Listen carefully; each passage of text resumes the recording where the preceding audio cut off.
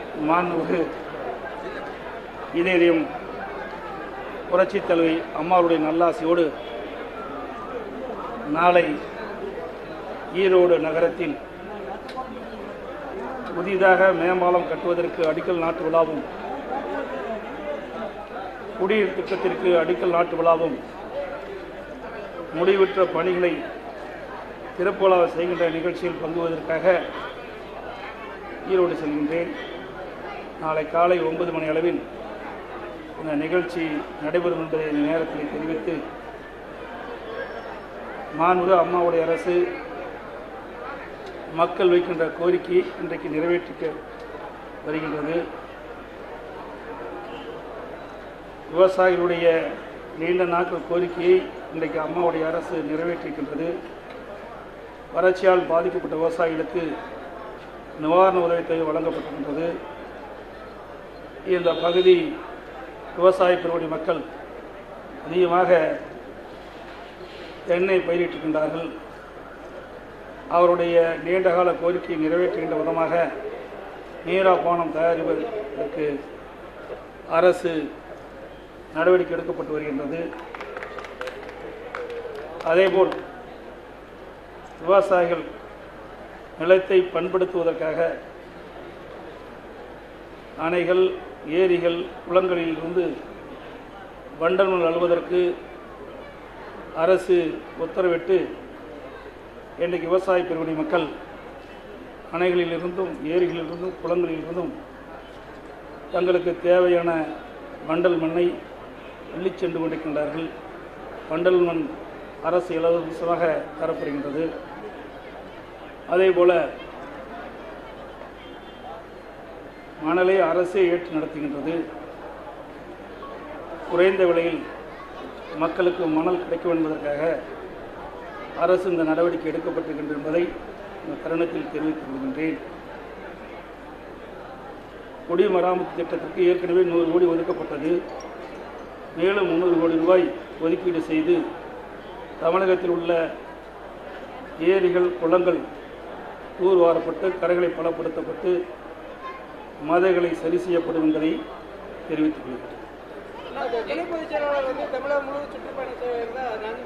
இது எங்களுடைய உட்கட்சி விவகாரம்.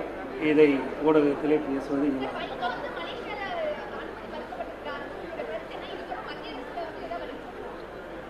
ஏற்கனவே எங்களுடைய கொள்கை பரப்பு செயலாளர், பாராளுமன்ற துணை சபாநாயகர் இதை கண்டித்து வெளியிட்டிருக்கின்றார்கள்.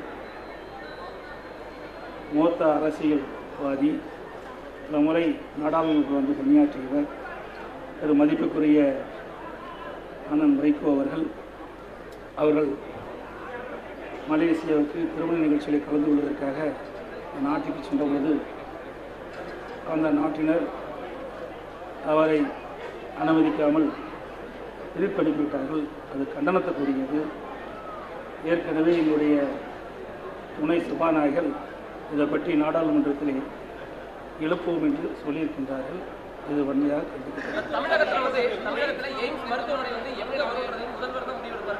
ஏற்கனவே இதை புரட்சித் தலைவி அம்மாவர்கள் அறிவித்திருக்கின்றார்கள்.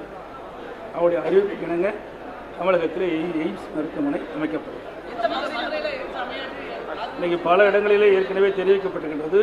அது எந்த இடத்திலே தேர்வு செய்கிறார்கள் என்று மத்திய அரசுகளுக்கு தெரியாது. இருந்தாலும் தமிழகத்தில் மாண்புமிகு அம்மாவால் குறிப்பிட்ட ஏதாவது ஒரு இடத்தில் இந்த எய்ம்ஸ் மருத்துவமனை அமைக்கப்படும். ஆனால் தான் ஏற்கனவே குறிப்பிட்டேன். அரசு சம்பந்தப்பட்ட கேள்விகளை கேளுங்கள், நான் முழுமையான பதில் தருகின்றேன். இது உட்கட்சி விவகாரம். இது ஒரு குடும்ப பிரச்சனையை எங்காவது பேசுவார்களா? நீங்கள் குடும்ப பிரச்சனையை பற்றி எங்கேயாவது பேசுவீர்களா? அதை போல தான் இதுவும். இது உட்கட்சி விவகாரம். எங்களுக்குள் பேசி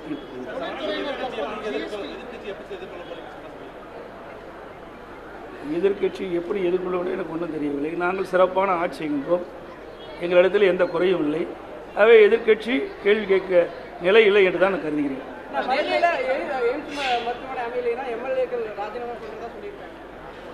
அப்படிப்பட்ட கேள்வி நீங்கள் தான் கேட்கிறீர்கள்.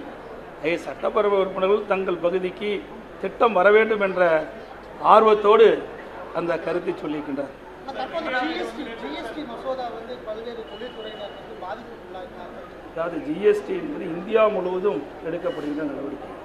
நம்ம மாநிலத்தை பொறுத்த வரைக்கும் வியாபாரிகள் பாதிக்கப்படுவதை அவர்கள் சுட்டிக்காட்டுகின்றார்கள். அந்த கருத்தை அந்த ஜிஎஸ்டி கூட்டத்திலே எங்களுடைய நிதியமைச்சர் மரியாதைக்குரிய மாண்புமிகு அமைச்சர் ஜெயக்குமார் அவர்கள் தெளிவாக எடுத்துச் சொல்கின்றார்.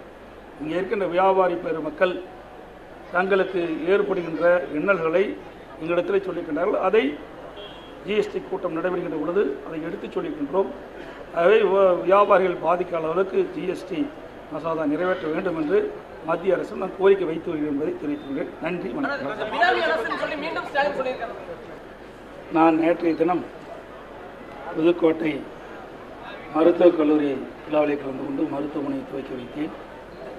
அங்கே உங்களைப் போல் நிருபர்கள், ஊடகங்களில் இருக்கின்ற நிருபர்கள், பத்திரிகை நிருபர்கள் கேள்வி கேட்டார்கள். அதற்கு நான் பதிலளித்தேன். இன்றைக்கு அவர் பதிலளித்து என்று சொன்னார். அவர் போட்ட திட்டம் எதுவும் நிறைவேறவில்லை. விரத்தில் அவர் பேசுகிறார்.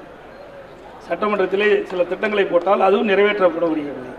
இந்த ஆட்சியை கலைக்க வேண்டும் என்று பல்வேறு முயற்சி மேற்கொண்டார். அந்த முயற்சிகளெல்லாம் தோல்வியடைந்து விட்டது. அந்த விரத்திலே அவர் பேசி வருகிறார். ஏற்கனவே பினாமி ஆட்சி என்றால் இப்பொழுது பாரதிய ஜனதா கட்சியுடைய பினாமி ஆட்சி என்று புதிதாக கண்டுபிடித்திருக்கின்றார். இவர்கள் அவரோடு கூட்டணி வைத்த போதெல்லாம் தெரியல. திராவிட முன்னேற்ற கழகம் பாரதிய ஜனதாவோடு கூட்டு வைத்து மத்தியிலே ஆட்சி அதிகாரத்தில் இடம்பெற்றிருந்தார். அப்பொழுதெல்லாம் பாரதிய ஜனதா கட்சியை பற்றி அவர்கள் எந்த விமர்சனம் செய்யவில்லை. பிறகு காங்கிரஸோடு கூட்டணி சேர்ந்து மத்திய அமைச்சர்களை இடம்பெற்று ஆட்சி செய்தார்கள். ஆகவே அவருக்கு நாளுக்கு ஒரு பேச்சு பேசுவார்கள்.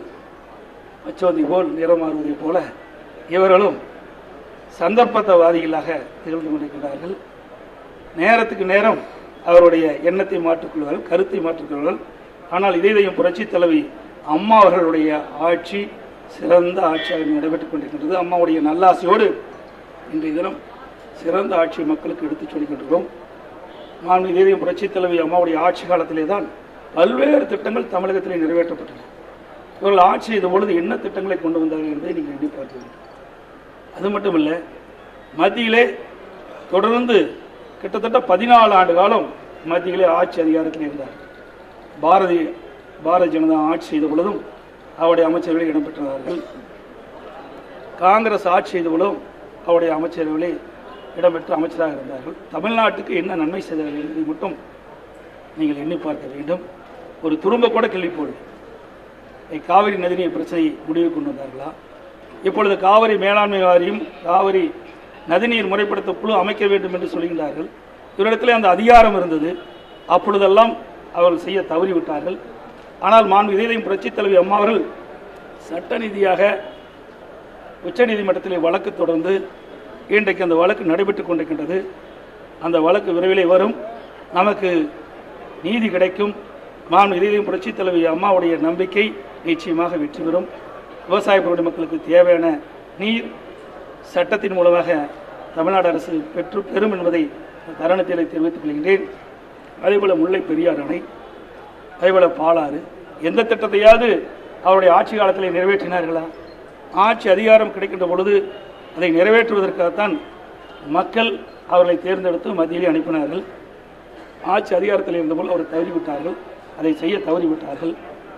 இருந்தாலும் அம்மாவுடைய அரசு விவசாயிகளுடைய அரசு. விவசாயிகளுக்கு தேவையான அத்தனை திட்டங்களும் நிறைவேற்றி வருகின்றோம். அம்மா அவர்கள் அத்திக்கடவு அவனாசி திட்டத்தை நிறைவேற்றப்படும் என்று அறிவித்தார்கள். அம்மா வழியிலே இப்பொழுது நடைபெற்றுக் கொண்டிருக்கிற அரசும் அதை வலியுறுத்தி அத்திக்கடவு அவனாசி திட்டத்திற்கு நிதி ஒதுக்கீடு செய்து அந்த பணி விரைவில் துவங்கப்படும். விவசாயிகள் அத்தனை பேரும் பெரும் மகிழ்ச்சி அடைவார்கள்.